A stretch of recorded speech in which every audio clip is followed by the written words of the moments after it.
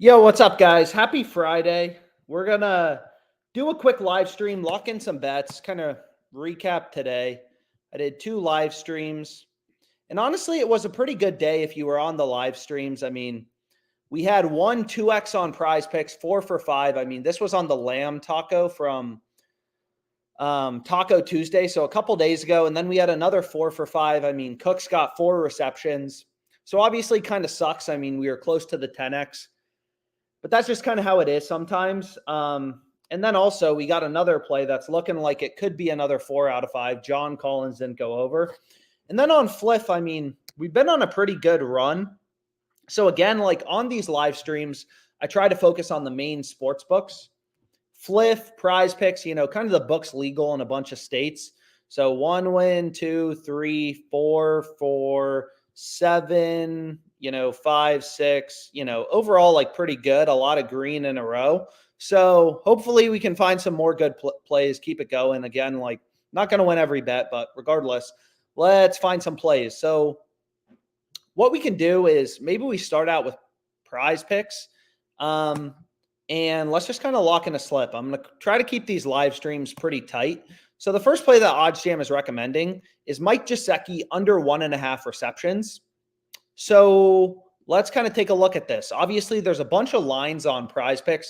There's a bunch of different stuff we can get. We want to zone in on what are the plays that actually have an edge? Mike Gesicki's gone over 4 out of the last 5 games. But again, every game is different. New quarterback starting for New England. So what you really want to follow is sportsbook odds, right? Where do books have their odds set, their line set? And if you look at all sports books, all these books have sophisticated models, FanDuel, DraftKings, Caesars, like these are billion-dollar companies. They're moving lines based on where action's coming in. They're not stupid. They all have Mike Gesicki heavily favored to go under. And it's not just one sports book. I mean, even just in New York, for the sports books I have filtered in, and I have a bunch of books filtered out as well. A lot of books I just don't want to see. It's kind of information overload, so I filter them out. But long story short, there's a lot of bets. Not a huge profit margin, but hey, I'm trying to lock in some bets for this weekend, and this play probably won't be around long. So this is the first play we'll lock in. All the books, slightly different models, taking slightly different action. So like Caesars, for example, they have the under a bit more favored than DraftKings. So there's no perfect answer, exactly what the odds should be. But you can tell, Pinnacle, sharpest bookmaker out there, known to be the sharpest sports book in the world, they move lines a lot based on where their sharps are placing their bets. It's not available in the US, but you want to look at their odds as a source of information. Is they have him minus 142 favorite to go under. So it's okay, there we go. We got one good pick. And what do we have here? We got Underdog Fantasy. So we can load up Underdog as well. And let's try to find some bets. So the next play we have is Sean Brady over 12.5 minutes. 12.5 minutes, 2.5 rounds. We actually had this play in a slip today. So this is the play we actually need to go 4 for 5 and double up. Get a 2x payout here. And again, on PrizePicks, if you go through the math behind PrizePicks, there's a bunch of videos on the OddsJam YouTube kind of about that. Is what you'll see is on PrizePicks, to be profitable, they have fixed payouts, right? You're always getting the same payout, 10, 2.4. So to be profitable on PrizePicks, again, 10, 2.4, 25 to 50, we got a 2x payout because we went 4 for 5. Profit's profit. Obviously, would have loved if Braden Cooks had exactly 3 receptions, but whatever. Of course, Geno had to throw the interception. But anyways. So it's okay, we now have 2 picks we really like for this weekend. Both winning above 54.25% of the time. And I'm not reinventing the wheel. I'm just following the data, very data-driven approach. Obviously, you can zone in on any one specific play like people love to do and be like, Mike Conley under, you're an idiot. Sharp under, you're an idiot. But I just follow the data, let the math work itself out, and typically, end up doing pretty well. Dame cashed, despite overtime, Lillard went under 3.5, made threes, but you get the point. Anyways, there's a good bet on Fliff as well, so maybe we lock in this. So you can see here the sharp books. These are 3 of the sharpest books, Bet Online, Circa, Pinnacle. They have pretty tight markets. They kind of have, this fight over 2.5 rounds. around like plus 102, plus 105 odds, whatever, these sharper sports books. And we're getting plus 120 on Fliff. So kind of the core of sports betting is finding value in the market. And we can go through the math, maybe in a bit, but I'm trying to just lock in some bets right now. So let's go here. And then we want to go to rounds, over 2.5 rounds at plus 120. So again, like there's millions of things we can bet on Fliff, right? Fliff has a max bet size of 250. So that's what I hit this for.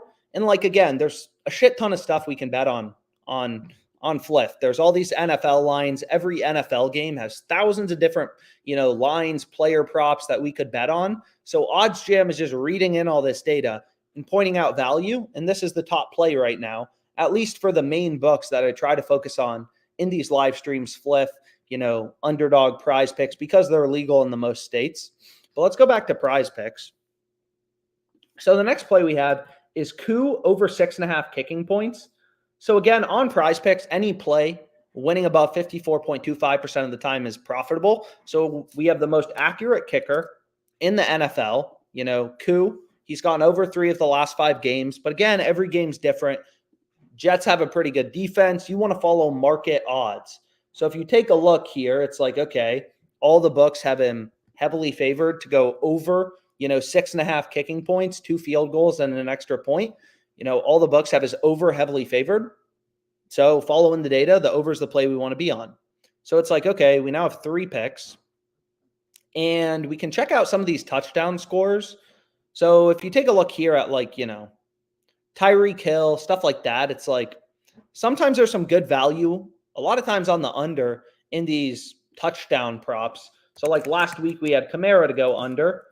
And you can see most of these books with two-way markets, you want to ignore these books that only have odds on the over because they're not even giving you a market. They're not even, DraftKings doesn't even have odds on the under for Kamara, which, kind of they use as an excuse to just juice their markets a ton. But if you look at Alvin Kamara, right, he's minus 115 to score a touchdown, but you can't bet on DraftKings Kamara to not score a touchdown. But if you look at these books that have two-way markets, Pinnacle, ESPN Bet, The Score, they all have him minus 140 to not score a touchdown. Minus 140 to not score a touchdown. So pretty big favorite to not score a touchdown. So maybe we lock in this play as well. So that makes 4 picks, right? So minus 140 favorite is different than, say, for example, if we look at Austin Eckler, so Alvin Kamara is a minus 140 favorite to not score a touchdown. Austin Eckler is only minus 120, right? So a lot smaller. And you want to find spots where books have one outcome, one side of the line, really heavily favored, ideally minus 140, whatever. So, for a 6-pick flex, it's actually a little bit better if we want to place a 6 flex. So for 6 flexes, you only have to win your plays above 54.21% of the time to be profitable. So you can see this NHL play pops up. Whoops, I want to get rid of this. And you can see here we have Zetterlund to not have a point. All the books have him heavily favored, minus 140, minus 150 favorite to not score a point. So it's like, okay, now we have 5 picks. Ideally, we can find a 6 pick, kind of round this out. We got some esports plays we could go with. Maybe we just lock in an esports play, kind of round out the slip. So this plays for tomorrow at 4:30 a.m. So, League of Legends, what's great about esports is there's just so many games going on every single day. You think about betting on the NFL, there's no games tomorrow. Whereas in esports, if you just look at esports, it's crazy. There are literally dozens of games. You look at, look how many esports lines are on Underdog Fantasy. That's a ton of opportunity for the sports books to, kind of screw up their lines and, there to be good bets. So you're going to see I try to bet 50. They tell me, hey, you can only bet 25, which sucks. But again, that's just kind of I used to be able to bet 400, but if you still see people betting $400 on PrizePicks, they probably don't really know what they're doing. PrizePicks has really cut down betting limits of, people who are making money on them. So we got 1, 2, 3, it looks like the most random slip of all time, 3 NFL plays, including a kicker prop. And then we got a UFC play, an NHL play, and a League of Legends play. But if that's where the value is, whatever, that's what I'll be betting on. So here we got the first PrizePick slip. We locked in this play on Fliff. So it's like, okay, what we can do too is just like anything else, we kind of like, nothing super crazy. So what we can do is we can go over to Underdog ParlayPlay. I mean, I'll try to keep this live stream brief, but the optimal number of picks on each platform varies. So on PrizePicks, for example, they give you really bad, shitty payouts for these 3-pick entries. So if you make a 3-pick entry on PrizePicks, they're only giving you a 5x payout. Underdog Fantasy, on the other hand, you select 3 picks, it's a 6x payout. So 100 to win 600. Underdog gives me a little higher of a max bet size, at least $100. And again, that used to be more, but in general, like it kind of sucks, but it's kind of part of the game. Is if you're beating these sports books, making a lot of money on them, there's a good chance they're going to reduce your bet size at least a bit. So, I used to be able to bet stuff for more, 500, whatever. Now, not so much. But anyways, let's see if there's anything on Underdog Fantasy. So ParlayPlay, there's a few picks, but the optimal slip type on ParlayPlay is 7-pick parlays. It's kind of hard to find 7 good picks sometimes at the exact same time. So we can put in FanDuel and DraftKings as well. I mean, maybe there's some value on FanDuel and DraftKings. There are like best play on FanDuel. Again, like the same strategy applies to betting on any book. If you use some of these other books like these, BetMGM, whatever, is it's all about finding value in the market. And, we can kind of go through the math, whatever. But, for now, let's just go to Underdog and let's try to lock in some bets. So any plays we're in love with? Honestly, not really. So we got one play on PrizePicks. There's some plays on Underdog Fantasy, but again, like a lot of times you'll notice, like for college basketball, there's some line discrepancies, but not a ton of books have odds already posted for tomorrow. You can see it's a lot of DraftKings, but there's no BetMGM, Caesars, FanDuel. So like you just don't have as many data points. You don't have as much confidence in your bet compared to like, if you're betting on NFL money lines, like this market is super active, super liquid. If I could get the Broncos at plus 200 when all the other books are pricing this, around plus 140, like that's an absolute no-brainer. Or if I could get the Texans at minus 110 when all the other books have them minus 160, minus 155-ish, minus 170, that would be a no-brainer. It's a very liquid market. Millions of dollars bet in the NFL. So just like the price of a stock is pretty efficient, the stock price is the equilibrium of all investors' beliefs. There's millions of investors. Every day they wake up, they think, is Facebook overvalued, undervalued? They have sophisticated models, hedge funds, stuff like that. They do all this research to try to determine, is Facebook worth $840 billion? Is it a buy or is it a sell? And they do tons of research, right? And that's why the price of Facebook is what it is. It's where supply and demand meet. And if Facebook should be higher, if it actually should be a higher price, all the hedge funds would have already bought it up to, $330. Like it already would be higher because demand would outweigh supply. And it's kind of the same in the NFL. Like if the Broncos should be favored to win this game, there's tons of sharp bettors, sports betting hedge funds, sports betting syndicates. If the Broncos should be favored to beat the Texans, everyone who's smart, would start betting them. You can bet them plus 140 as a big underdog until they're the favored team. Like this is a market. These books are constantly moving around lines based on injuries, lineups, where sharp action's coming in. Like DraftKings isn't stupid. If all their smart customers start betting on the Broncos, they'll move lines towards the Broncos. They're reacting to information in the market. So here we go. We got to play, this play we already locked in on Fliff. So not much to discuss. I mean, Circa is known to be a really sharp book for the UFC. Their market is plus 100, minus 120.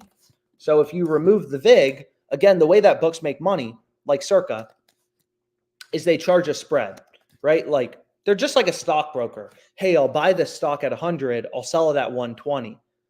Right? I'll buy at 100, sell at 120. So the fair price, removing that spread, is about plus 110. It's a little different in sports betting because it's in percentage terms, but it's plus 109. So according to Circa, the fair odds with the VIG removed on this over is plus 109, right? We're getting plus 120, which is above the fair odds. So this is a good bet. right? Just like if you could buy Facebook stock at $300, you don't have to know anything about Facebook. It's a no-brainer because the free market is saying it should be worth $327.15. So we're using market information to kind of zone in on sharp bets because again, like markets are very accurate in sports betting, but anyways, like Mike Gesicki, it's not just one sports book, the entire market. There's millions and millions of dollars, tens of millions, hundreds of millions of dollars bet on the NFL every weekend. All the books have him heavily favored to go under. If he should be favored to go over, all the sharp bettors, the sports betting syndicates, would bet all these overs until the over was favored, right? They would take Mike Gesicki's over at underdog odds until his over was favored. So anyways, so we got this play on PrizePicks. We got this play on Fliff. This is a 6-pick flex play. And it seems unintuitive that the optimal slip type on PrizePicks is 6-pick flex plays, but just kind of how it is. And thanks so much for your time. We'll call this live stream because I don't really see enough value maybe on Underdog Fantasy to like rush to bet a slip.